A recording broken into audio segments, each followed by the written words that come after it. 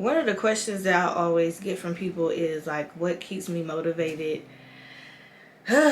So, first and foremost, I'm gonna say my children. So I do have like smaller children, but my oldest, if y'all didn't know, he's 12 now. And he has seen me go through a lot of stuff. I mean, like, he's seen me go through some terrible stuff. And if he didn't see it, he heard it. And so I like have a lot to prove to myself, but I also have a lot to prove to him. I want to show him that, there's a lot of people in the grave right now that took their own life because they felt like things wasn't gonna get better. They felt like things, wasn't gonna, turn around for them. And I want to show him that it will. And I don't want that to ever be an option for him. I don't want him to ever feel like life is going to be so drastic and hard to where things will never turn around, to where he feels like the only thing that he can resort to is that. And I don't even want that to like cross his mind. I want him to keep pressing forward. I want him to know that anything is possible. You just gotta have just a little faith. And sometimes when people say they have faith, God will make you prove it. Like, he will make you wait a really, really, really long time. And I have been in a storm, to be honest, since the last 7-8 years. And it sometimes it feels like things will never change for me, but I know that that's what the devil wants me to think and wants me to believe. And so I have to always resort back to what the Bible say. He will give you what your heart's desire. And ask and you shall receive. And even though it may tarry, surely it will come at an appointed time. And that means that I'm gonna ask God. I'm gonna like put in the work for it, because it also says faith without work is dead. And I'm gonna wait till that appointed time. And I think the frustrating part is like waiting, because you don't know how long you're gonna be waiting. Like I said, it's been 7-8 years now. I've been in a storm, and when I thought things was getting better, it actually ended up getting worse. And so, but I still have faith. So I would say my children, then myself, because I do have a lot to prove to myself. I have surrounded myself with not only friends, but relationships that had, made me feel like I wasn't worthy, and people that have made me feel like I wasn't worth anything. Like, devalued is probably the only word that I could use for this video. But being treated like trash by people, people, friends, relationships, family members. And people will say, well, if you're the common denominator, you have to be the problem. But no, when you're chosen by God, people will do things to get you to step out of character, to get you to get on the internet yelling and cussing. And I have fell victim, because I'm human. Like, I'm not gonna get on here and act like I'm just this perfect little church girl, because I'm not.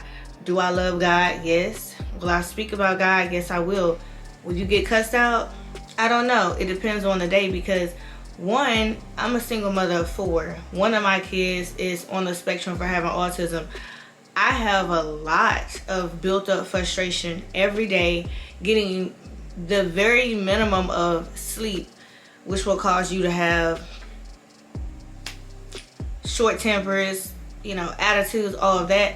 And then the last thing I need is someone getting on here intentionally trying to provoke me. So, hey, God knows my heart.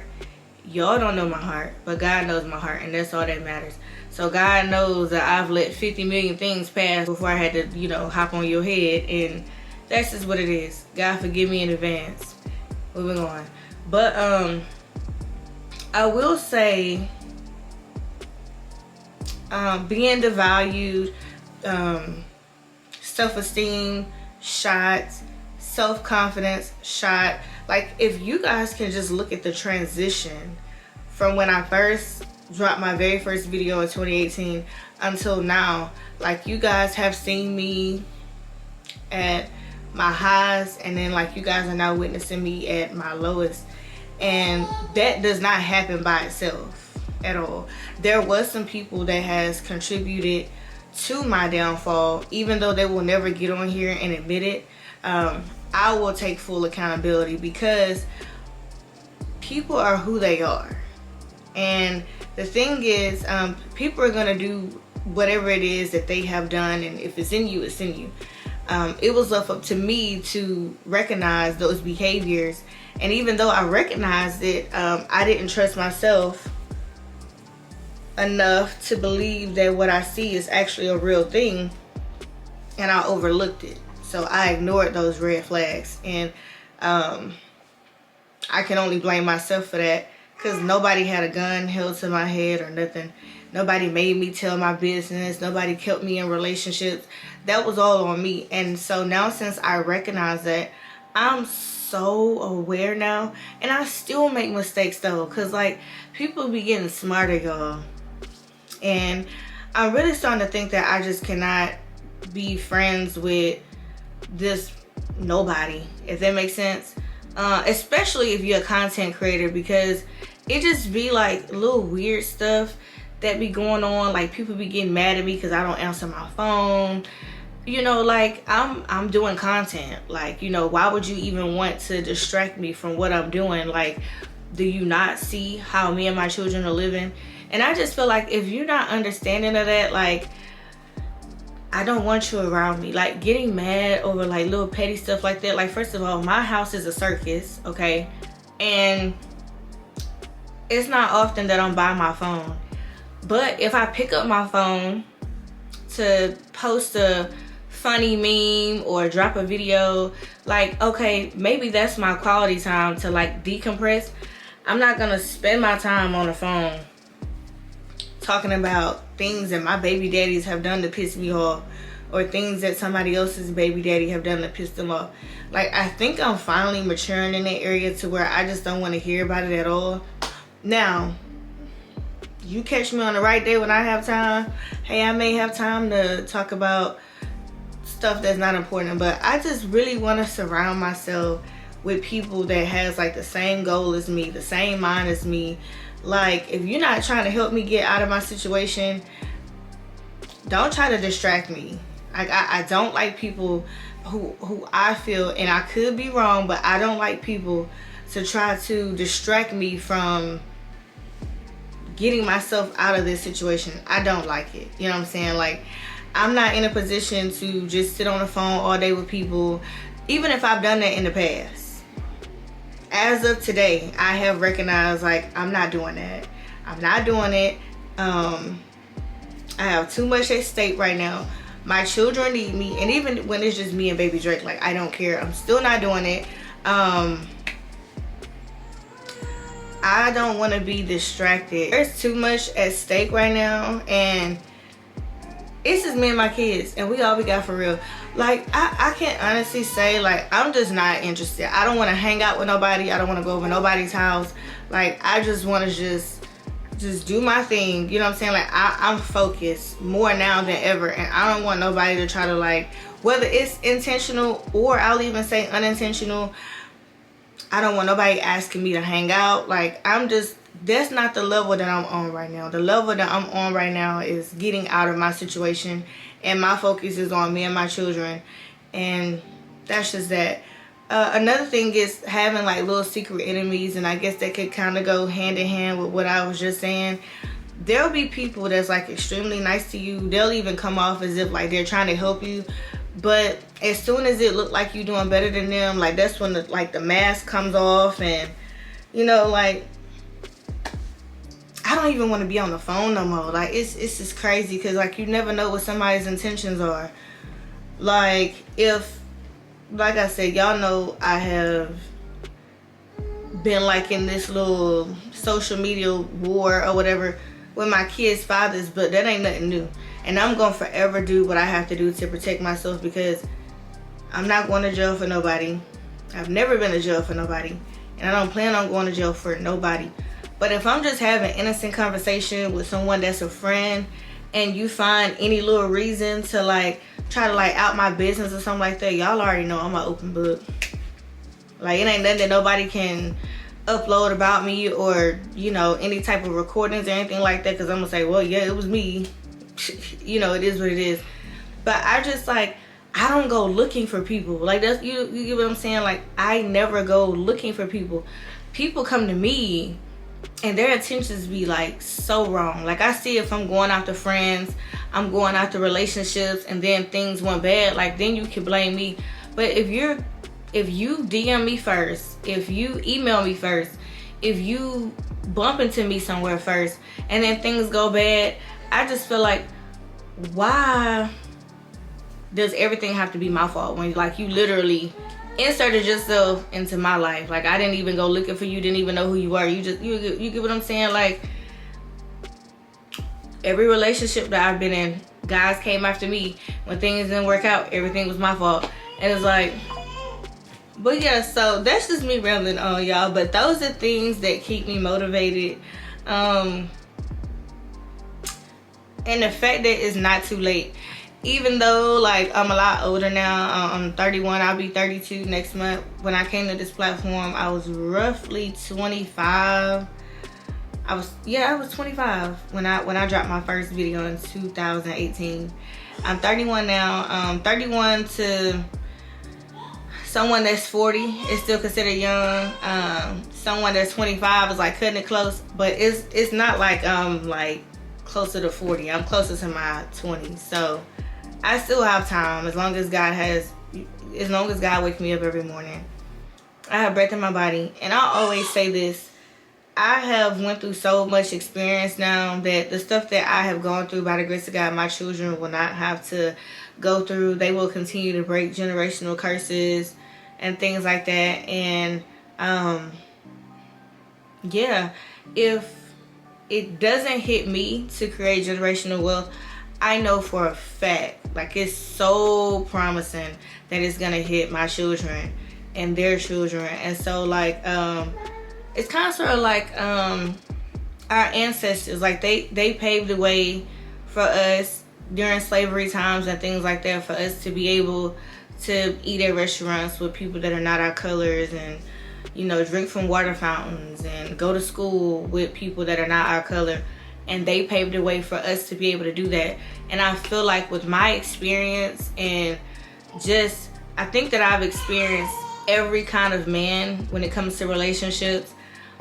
I feel like I've experienced all of, like, when it comes to friends, I know what I'm looking for in a friend. I know what I don't want in a friend.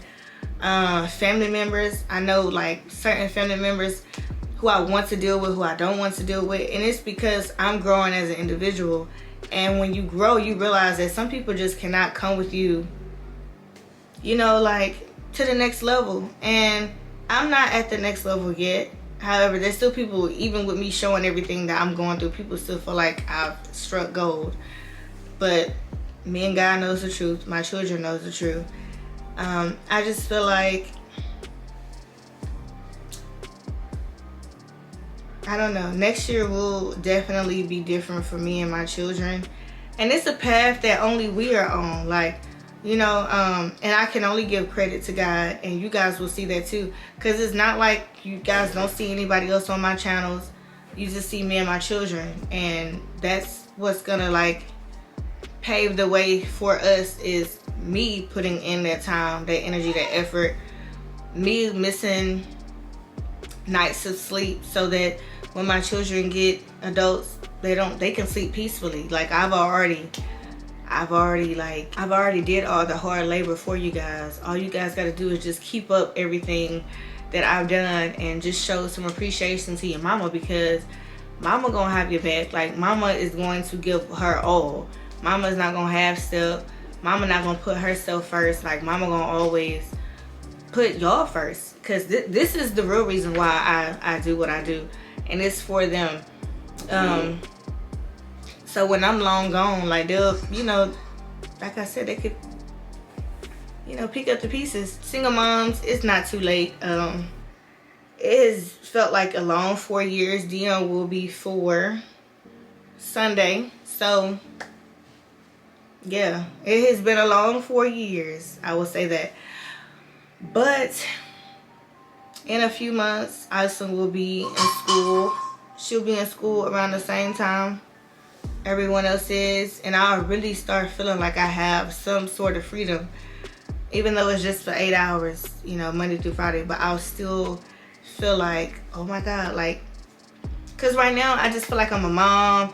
Like, reason why I hadn't been back to the gym is because, like, it's like I'm paying for this membership where they have a built-in daycare, and I'm working out, I'm doing whatever, and like I'm being like tapped on, and the lady is like, oh, your daughter's wet, oh, your son's wet, and it kind of just took from that, you know what I'm saying? Like, it just kind of made me feel like, okay, I could just be working out at home, because what's the point? Like, I'm still not getting that full break that I feel like I deserve, because in order to keep going, especially with most of the kids, like, you got to have some level of peace, you know? And so that's why, like, I get offended when people don't understand that, especially someone who's supposed to be deemed a family member or a friend. And I just feel like it's selfish to want me to extend myself when there's absolutely nobody that's extending themselves to me. Like, nobody. But people still want me to give, and I'm not doing that. I'm saying no, maybe even hell no from here on out, because I don't think that that's right. Like, you know what I'm going through, especially if you've been on the phone with me and you hear like my kids yelling and screaming and crying in the background, and you're still asking me to do things, and then like you're getting mad because I'm not answering the phone. Like, y'all be surprised, like, family members getting mad because I don't answer my phone no more. I will look right at my phone and see somebody calling, and if I'm in the middle of something, I'm not answering it. And if you don't get a call back, like, nobody is a priority but myself and my children.